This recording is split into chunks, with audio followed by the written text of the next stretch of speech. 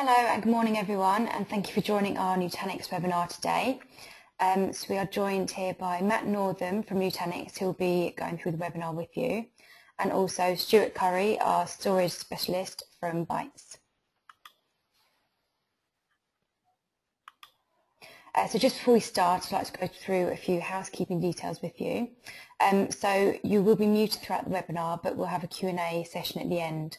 So if you do have any questions, just pop those on the questions box, which is at the right-hand side of your screen, and we'll answer those in the Q&A at the end.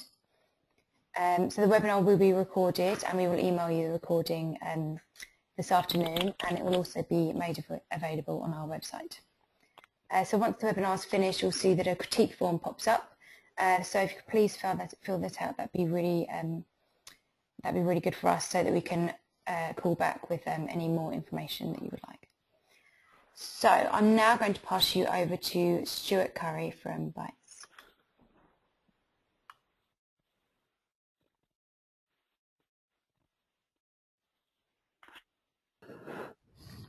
Thanks, Amy. Appreciate your intro there. Welcome, everybody. This is one of many webinars we're rolling out through the course of 2015. And as you're well aware, you'll be learning more around hyper-converged technology a little bit or very shortly. Just wanted to quickly introduce Bytes. For those that most of you know, we're very well established in the market around licensing, software asset management. What you may not have realized, Bytes has stealthily launched our data center infrastructure practice and cloud services. So what you see in front of you is our 4 pillars of focus, and the two on the right is really where I reside. Our cloud services are based on vendor cloud services such as Azure and vCloud Air, but also Bytes has provided our own Bytes Cloud offering as well, where we provide DR as a service, backup as a service, and infrastructure as a service. And we use various locations in and around London to deliver that from.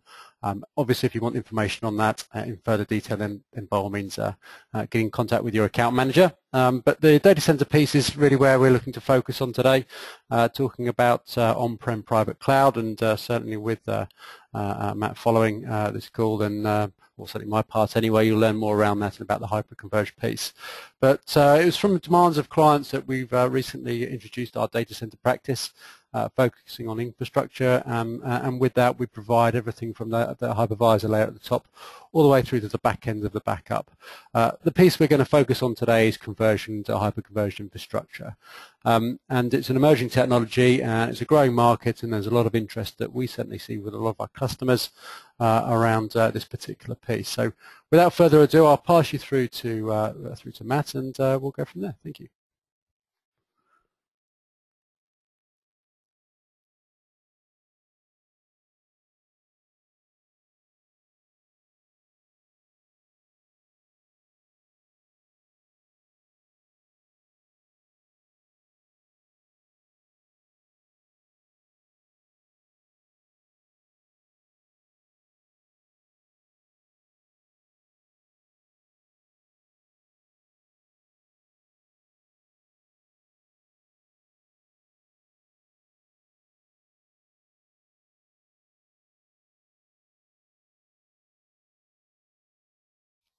Hi Matt, we're having a little bit of trouble hearing you. Sorry to interrupt. Are you? Oh, sorry, is that better? Yeah, we can hear you now. Sorry about that. Again. Thanks, Matt. Sorry. My name's Matt Northam. I'm one of the senior systems engineers here at Nutanix in the UK. And today I'd like to take you through just an overview of Nutanix and how we came about into this hyper-converged space, and as we move in more into the web scale enterprise. Very briefly, I think importantly for me is our mission. It is about this uncompromisingly simple, although when I check to our American colleagues, it's probably not the most simple word in the world to spell, especially for my European colleagues, but it was about making what people like Google, Facebook, Amazon, and Yahoo started in the end in their data centers be simple for enterprises to deliver. So how can we deliver very simple infrastructure that is almost invisible? You don't want to know it's there.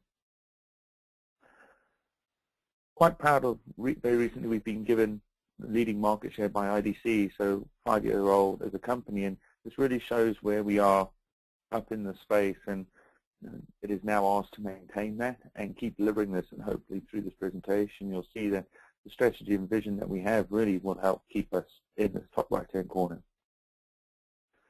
So why did Nutanix start? And it was really around the main areas that the founders put the company together, and they were looking at things, was around the complexity that they were having to deal with, the big faultless upgrade. So in server terms, maybe every 3 to 4 years, storage every 5, network every 7, where you do this big lift and shift to replace what you have on the ground. And how were the web companies getting around this? Why were they not being hit by this massive complexity around everything out and everything new in? And with virtualization, new bottlenecks had started to appear in the traditional 3-tier architectures. So I've been working with VMware for 14 odd years now, and it was great when it first came out, and then all of a sudden we started driving a lot of I/O, a lot of resource hogging down onto storage infrastructures. And how could we really then take these bottlenecks away so that people can just scale linearly as they add workloads? And what we came up with was this converged infrastructure, so putting compute and storage on top of virtualization in the same appliance. So within a Nutanix appliance, you get a combination of SSDs and hard drives plus your compute and memory. So the workloads now can run directly on the storage in the same appliance. And one of the key factors was really around virtualization. Our virtual appliance sits on top of either Hyper-V, KVM, or vSphere, but it needs to run in a virtual environment. And this was one of the key areas, along with flash technology becoming more economic, that really sparked the interest in the founders to start our company. And the main design goals here were, for me, the important one is the distributed everything. It's the middle bullet point here, is that all of our systems are distributed across the entire Nutanix cluster, whether that's management, analytics, features like deduplicate and compression. Everything runs as services on every node. So it's fully distributed. There isn't this single point of failure or bottleneck that you have to go to. There isn't a single server with the management console on that all actions have to go to. It can all be actioned out across there. With that, there is no single point of failure. It's designed around one of the assumptions that, hardware will fail. These things happen. So how can the software really be intelligent enough to cope with that and self-heal from that? Lots of automation and analytics. Again, these are converged infrastructures, so this is not unique to Nutanix, but any hyper-converged or converged system, because it's all in one platform and very close, you can have pretty much workload down to hardware analytics from one screen. You're not trawling out across HBAs to private channel switches to storage controllers, looking at the different consoles, trying to trace the path of an I/O where that's gone wrong. Everything's all in one system. And then the top point, really, this fractional consumption. It's about buying what you want when you want it.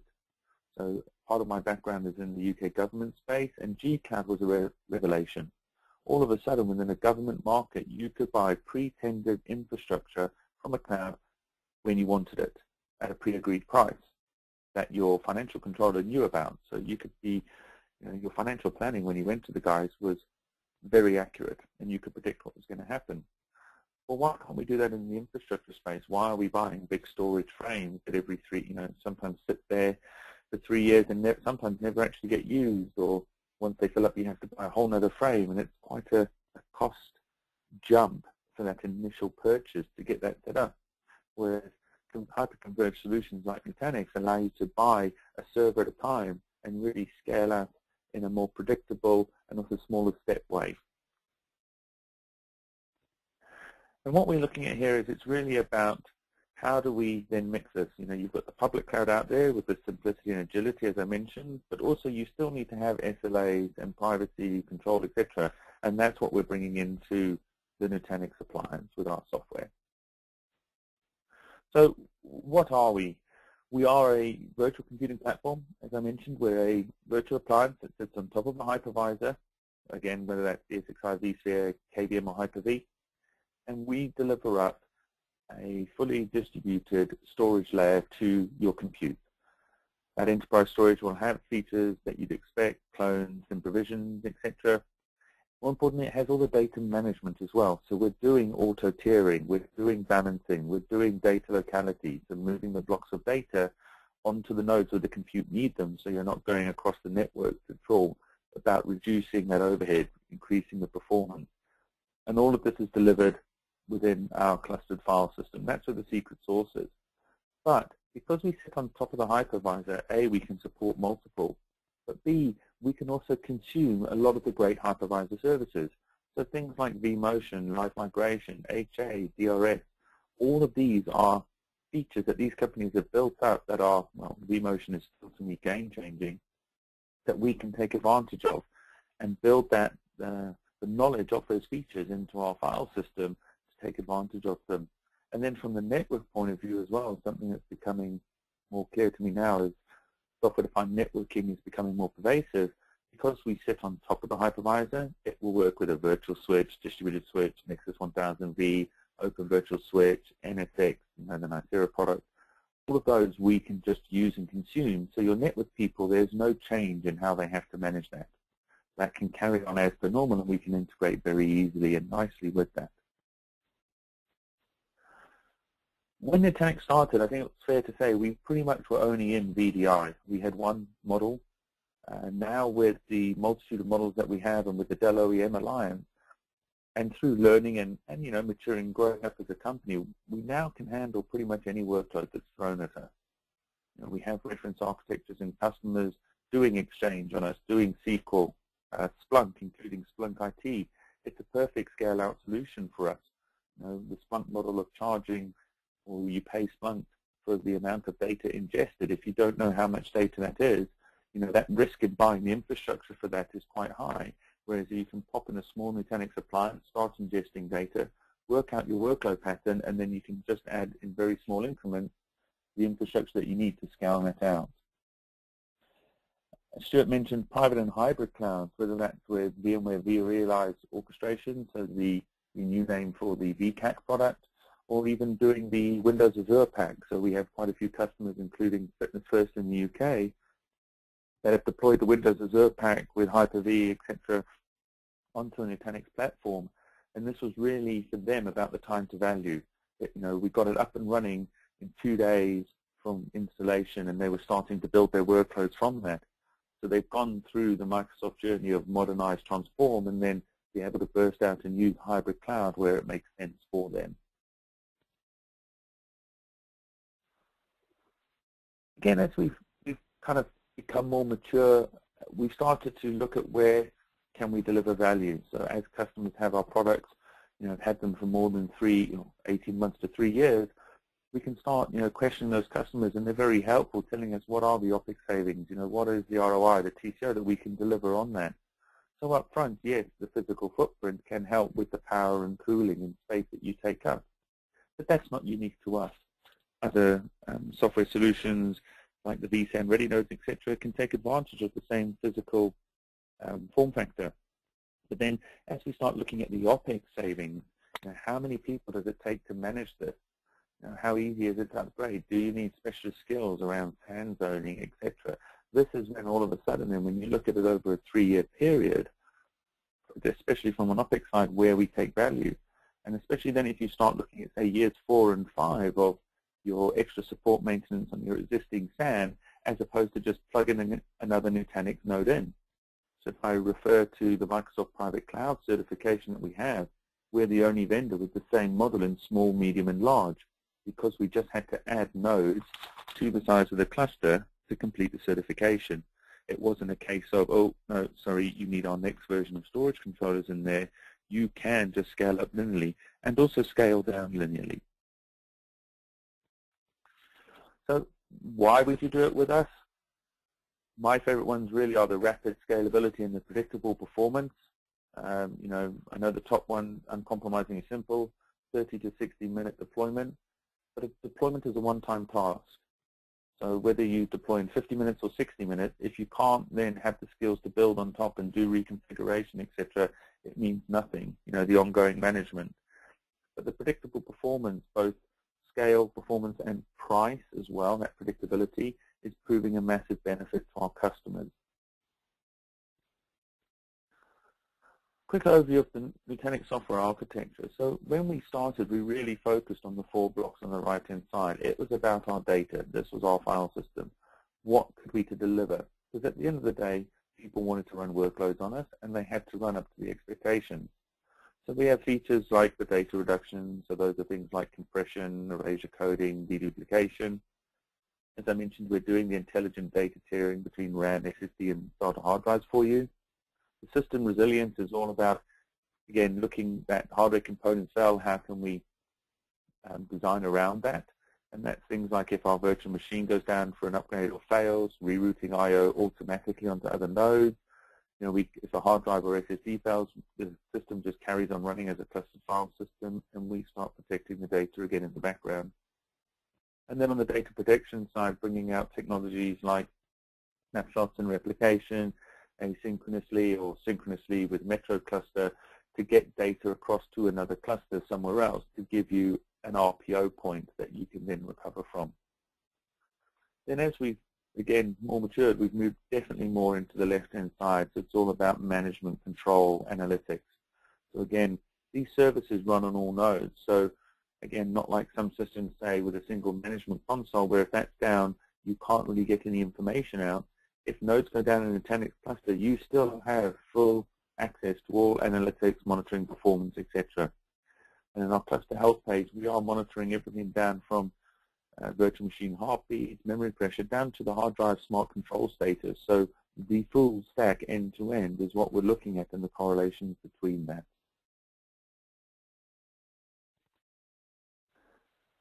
So just slightly more detail just on some of the features into the system. So you need 3 server nodes to build a Nutanix cluster. After that, technically there is no limit.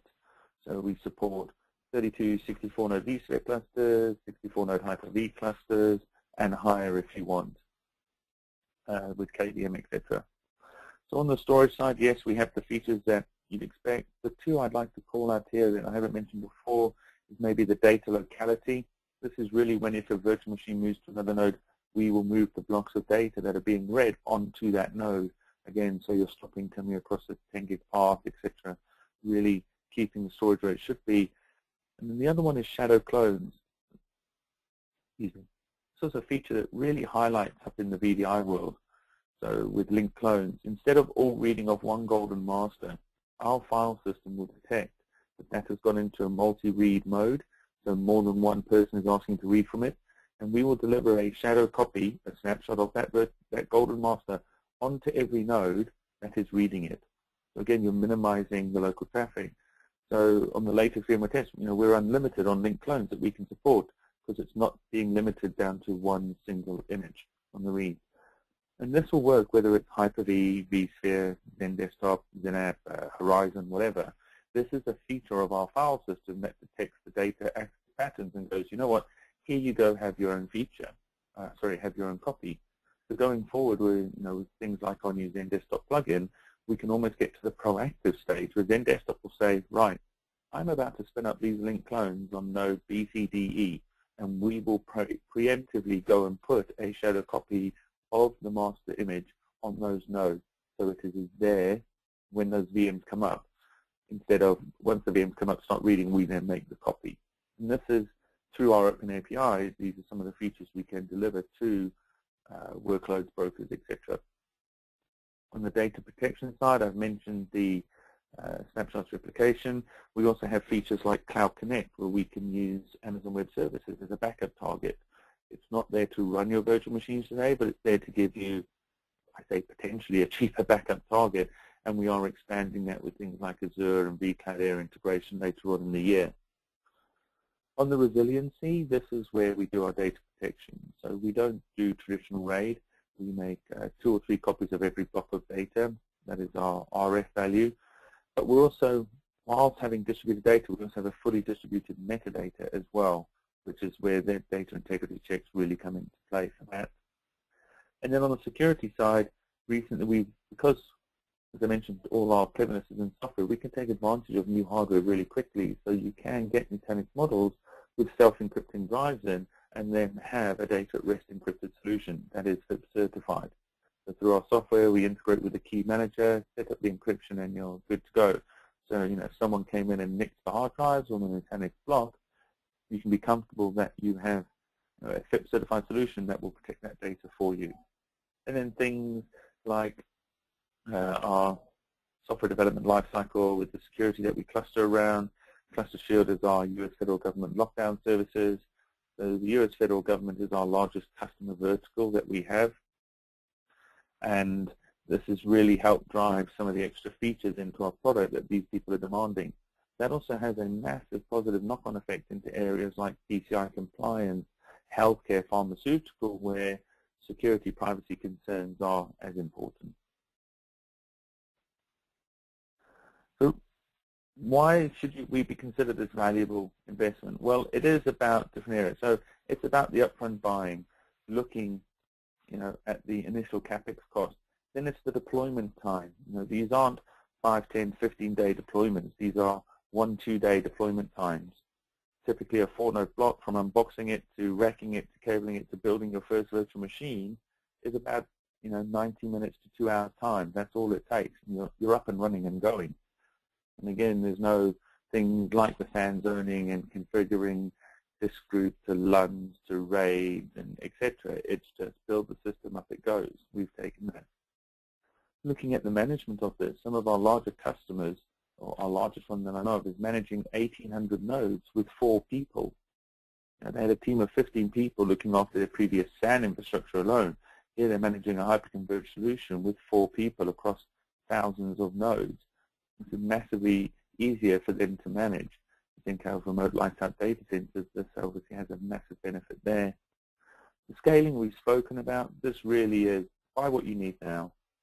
Our largest deployment in the UK up in Scotland with an NHS trust started with 4 nodes. Once they worked out how many of their virtual desktops they could get on a node, every 4 months they were just buying new nodes as they migrated new users onto it. It wasn't a case of, we just want to start a pilot with 700 users, but it might grow to 3,000. And as a vendor, some of the vendors might be going, oh, okay, for 3,000 you'll need this kit. And you can't really take the pilot kit and scale it up. With Nutanix, it is a case of plug in a node, plug the 2 NICs into the network, add it into the cluster, and your infrastructure has expanded. And then on the support side, this has really come to the light recently with our latest NPS scores of around 89. To give you an idea, people like VMware and even EDS, as it's still managed under that, were boasting on Twitter about scores of 43 and 48. So we have a very high customer satisfaction, support satisfaction score, which we really do drive, and that is measured by customers and external companies. And that's of value to you. So we take the support call, and we quicker time to resolution, management, etc. of this. So just a couple of slides just then highlighting 5 blocks. As I mentioned, buy what you want. When we start sizing up these infrastructures and I work with people like Bytes, it's how many virtual CPUs, how much RAM, how much storage you need. Right, here's what will fit today. There's no guesswork in, oh, in 3 years my storage might triple. Well, that doesn't matter. You can just add nodes, and because you can mix and match nodes, you can add a storage-heavy node. To give you an idea, when we started, we only had 1 terabyte hard drives. Now we've got 1, 2, 4, and 6 terabytes. So, you can add different increments of compute and storage depending on what your needs are within that system based on the VM. And again, the no lock in the multi-hypervisor, within reason and physical prereqs, you can convert a Nutanix cluster from one hypervisor to another if you have enough nodes. And with the hypervisor management tools that are out there today, sometimes you can even do that online with pretty much no downtime. I've mentioned the linear scale out, and again, the title for me highlighted, it is predictable economics. We're now making buying infrastructure as predictable as you could cloud in a way. So if you've got an Azure deployment, we can give you predictable economics of how many nodes that's exactly going to be. There's no guesswork here. It's not, I need 6 terabytes of storage, and people start going, oh, is that raw, usable, effective, what RAID group, what type? It's how much you need. We can deliver that up to you.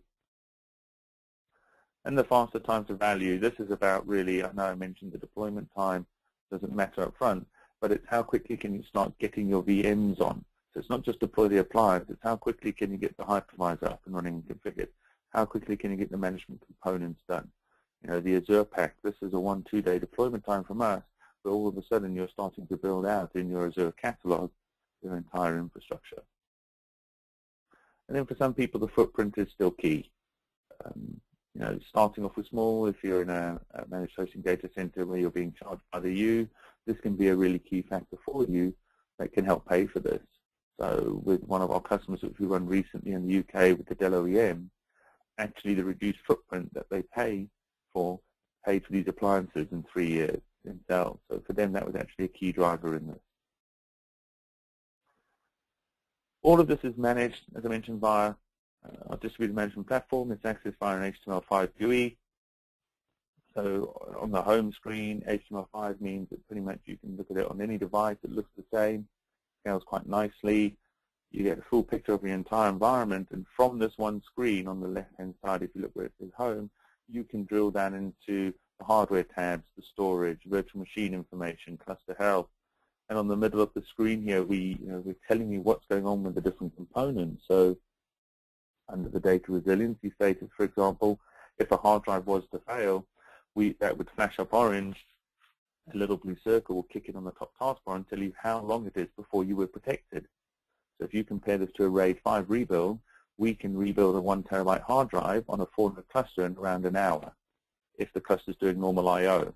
If it's not busy, I've seen it done in 20 minutes. So that's your time at risk of losing data. If you compare that, RAID 5 rebuilds on a terabyte hard drive can take quite long. Whereas here we're telling you exactly how long it will be based on all the map-reduced jobs and the technologies we're using before you're back up to a fully protected running state again. And this is also now globally available. So we have something called Prism Central. So you can manage multiple clusters all from one area. And that will give you then a rolled-up view of your entire estate. And then you can drill that into individual clusters to see what's going on and what the stats are on those. As I mentioned, the analytics, we are querying the host here. We're keeping 90 days of information. These are all the charts you've come to expect from ESX and Hyper-V. So looking at CPU, cluster memory, you can create custom dashboards. So you can give developers access to a custom dashboard about their virtual machine, which includes everything about it. So, this is then looking at not stopping the finger pointing, but helping reduce my code's running slow, it must be your VM. It's like, well, no, have you checked your SQL query? Have you looked? Faulty disk, you can then start drilling down. I've given you 8 virtual CPUs, you're not using them. In a way, it's like a VC ops. Because we own everything, it's a converged platform, we don't need adapters for external systems. It's all in one system. And we're starting to work with some of the network providers, people like Arista, Cumulus, Dell, Juniper, etc., where we will then be able to plug in a certain amount of their network stats into our dashboard as well, again, via our open API. So that's the end of the Nutanix presentation. I hope that's given you a quick overview into Nutanix, some of the value that hyperconvergence can bring to you. It's not a silver bullet for everything, because we all have different applications, some belong in the cloud, etc. Again, just like private and public cloud will never be one or the other, we're moving into this. And I hope it's given you an idea of where essentially this can help you with either some tactical projects for now, where you have a pain point, it might cost too much to increase and augment your existing infrastructure, where you could put in something that is almost self-contained to run certain apps on, but then also grow if you need. Or also if you're looking at a more strategic long-term view of where do you go in your next infrastructure refresh, hyper-converged technologies like ourselves can be of benefit to you. Thank you, Amy. Stuart? Thanks, Matt. I'm just going to pass it back to myself. Yep. Lovely, thank you. Okay, so if anyone does have any questions at all, if you could just pop those into the questions box, which you'll see just at the right-hand side of your screen, Matt or Stuart will be able to answer those for you. Or obviously you can also submit them, any questions, to tellmemore@bytes.co.uk if you prefer to do so. Okay, so we'll just wait a minute or so to see if we have any questions.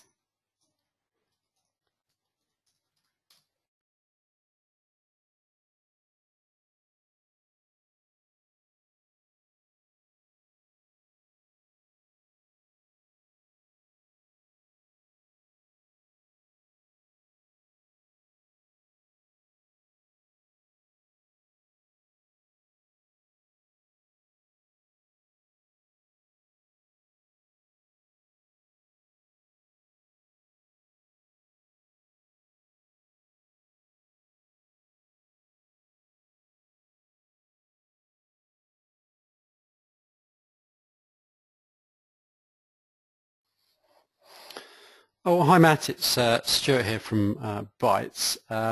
One question I did have for you is, I know from recent conversations there's an up-and-coming Microsoft event in Thames Valley Park. I'm just thinking maybe some of the attendees on this call who may be looking at running maybe a hypervisor around Microsoft and interested in your technology. Is this an opportunity for them to attend that event? Yeah, definitely. The workshop we're going to be running through will take you through kind of the 3 points that Microsoft are looking at nowadays. So this is really modernized. So with the Windows Server 2003 end of support looming this year, transforming. So then that's building out the private cloud on Hyper-V System Center, showing the integrations we have into System Center Virtual Machine Manager and Operations Manager. So that's typically where customers on the Microsoft platform are using those tools to manage, so it's showing how we can give you the full visibility into your existing tools. And then looking at, if you want to extend out to Azure using the private cloud pack, how you can build out and extend your data center across. So we'll be going through all those details on that workshop, showing live examples as much as possible with slides just as a backup that you can take away with you. And if you want at the end, people will be able to get on and play with the kit. I mean, that's a resource we have available to customers and yourselves that you can come and trash it, try your stuff on the box, bring your images, come in, build images in the Microsoft campus, and we can start testing and go live for you. So yes, if people are interested, please contact Bytes and they can get you registered to come along to that. Thanks, Matt. Yeah, so I think just to wrap that bit up, then if you are interested in attending the event, I think it's a morning-only workshop, then by all means send an email through to tell me more at bytes.co.uk and we'll be able to register you for that event.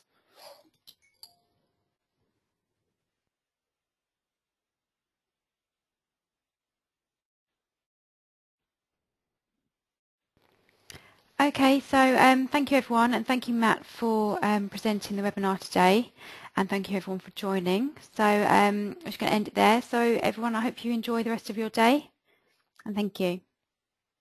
Thanks very much.